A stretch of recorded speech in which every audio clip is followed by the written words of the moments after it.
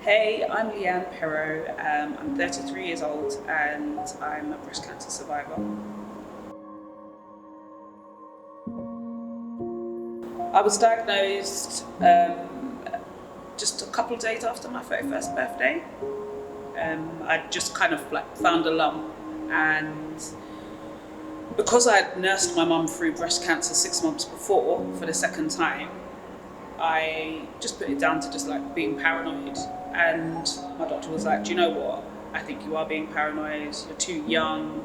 The type of breast cancer that your mum had, I doubt you would get it. You're too young. That was the kind of message that I got. But we're going to just transfer you to go and get it checked out anyway. And then I went a couple of weeks later to the hospital. And even then the consultant said to me, do you know what? I think that it's just a cyst. But we're going to send you for checks anyway. And then I went to the checks, and I remember going by myself. My job's crazy. I run a dance company. It's really, really busy. And I remember saying to my mum, do you know what? Don't worry, I'm going to rush in between classes and I'll be fine. And I remember going to the hospital thinking I'd be out, in and out within 10, 15 minutes. And they put me through to the first scan and they called me back. Put me through to the second scan, which was the mammogram. They called me back. And it was by then I kind of knew something was wrong, because the mood in the room had changed. There was a few more people in the room. And I remember them saying that they need to take a biopsy. And they didn't just need to take a biopsy, but they also needed to take a biopsy from under the armpit as well. And I began to worry. And they began to worry about me and asked me if anybody was with me. And I remember saying no. They led me out of the room and they said, go into this room. So it was like a little waiting room. And there was somebody in there, and she introduced herself as a breast cancer nurse.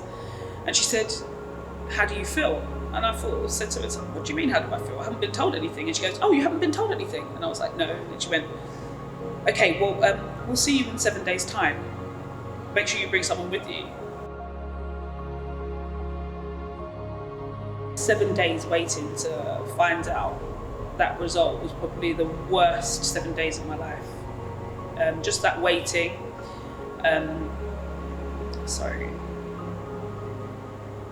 Yeah.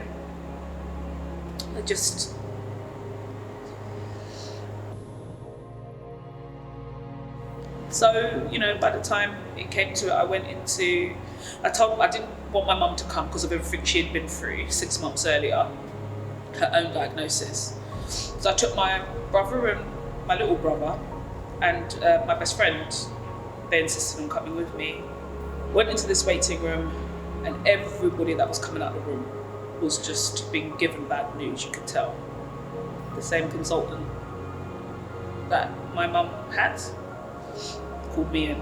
Yeah, she just didn't have any papers on the table or nothing. I remember that for my mum as well. And she just went, Leanne, I mean, you were here 6 months before with your mum. She goes, you know the protocol, I'm not going to beat around the bush, we found cancer.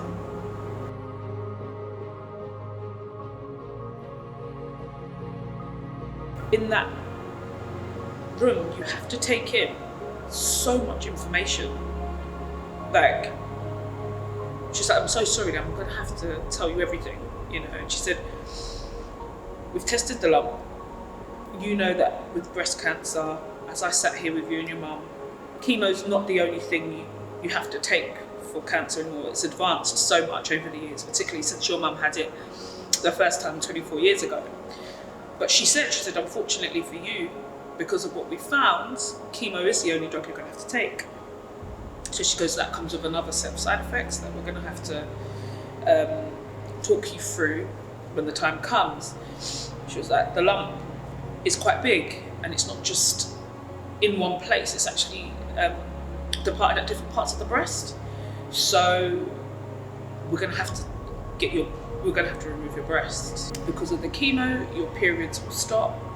So we do recommend, because you haven't started a family yet, that you go through obviously egg sparing service, so saving some of your eggs. And then we're going to have to go and check for cancer around the body. Oh my God, that was for me. I think that was just, she said to me at the end, would you be able to take a blood test before you go? Because we're going to get started on all the MRI checks and everything next week. Oh, and by the way, what do you do for work? And that was where I think I broke, and I just said I run my own business. I just started a uni course as well, and to get my business management degree. And they turned around and said, you know what, we're going to be honest with you, you're going to be in about a year's worth of treatment. I suggest you have those phone calls with people that you need to know now, and maybe resume those plans in a year's time. When I went back for the results, when I think I started to come to terms with the fact that it was primary breast cancer, so it was caught relatively early. The prognosis for me was good. I remember going back in and they turned around and they said, all your scans came back okay, but we found something on your liver. And it just threw me off. By that time, my hair had started to fall out because I had started my first chemo. It was almost, I think I'd almost come to that kind of like, I think, acceptance that this was now something that I had to really, really be strong for. And I think for me, going back into the hospital and hearing my consultants say that they did that, what they saw in the liver was nothing to be worried about. I think from there, things changed for me mentally. Look, this is what I've got, and I'm going to try and get through it as positively as I can be. I need to start eating to fuel my body to be strong for these drugs, but also I think mentally strong for like just looking at the finish line and looking at the bigger picture. I was going to survive this, I was going to have a life afterwards, you know, using my mum as an example as well. So I ended up having 8 rounds of chemo. They just chucked everything at me. They said, look, you're young, we're going to chuck everything at you. So I did 8 rounds of chemo. I had 18 Herceptin injections every 3 weeks, and this all happened every 3 weeks. And then I was doing genetic testing as well, and to see if there was any genetic link between me and my mum, and they just said, look, we haven't found anything, we're not saying anything's there, but science is just not advanced yet to see if there's any other mutations. So we are recommending that you have a double mastectomy because your mum, obviously, cancer came back, and we're not sure why. So we think there's a 60-70% chance that it will come back in your lifetime. So they put me forward for a double mastectomy with a reconstruction. And when they ruled me off and said, yeah, we're going to put you through it, before I was about to get my anaesthetic, and they turned around and told me that my consultant wanted to see me one more time upstairs. So I put my dressing gown back on, made my way out of theatre to go upstairs, and he sat me down and he said, look, I just want to ask you again if this is what you want to do, because I don't think it's the right thing for you to do. And I was adamant, and I said, yes, this is what I want to do. I don't have the same feeling or connection with my breasts in that way anymore. And from when you're told you're going to have a 60-70% chance of that cancer coming back, for me, that's when I removed any sort of feeling in that way towards my breasts. And he said, well, that's fine. You know, I have to just double check and give you my professional opinion on it. And I went down, woke up, and yeah, my body was just never the same again.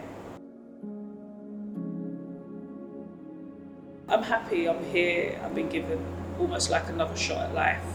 And I've just kind of made it my mission to help others, to tell my story. I've taken myself out of the equation and just thought of the bigger picture, that those horrific moments that I went through waiting to be diagnosed and after, I would never want any young woman to go through that again. So everything I do now is to make sure that any other young woman that's ever diagnosed with what I've been diagnosed with has help and has places they can go for inspiration of how to overcome what they're going through. I would just say, you know your breasts. I think everybody kind of knows their body, and if you find anything suspicious, check it out. Go to your doctors, demand they check it out. When Lounge got in touch, I was honoured really to be contacted by such a popular, relatable brand with such a huge audience of young women, I think, that can all relate to me and who I am as well. And I had to jump on board, particularly now that I've spoken about how much my work, my everyday work now revolves around awareness. For me, it was a no-brainer, and it just felt right from the get-go. So I'm really, really happy and excited to be part of this campaign.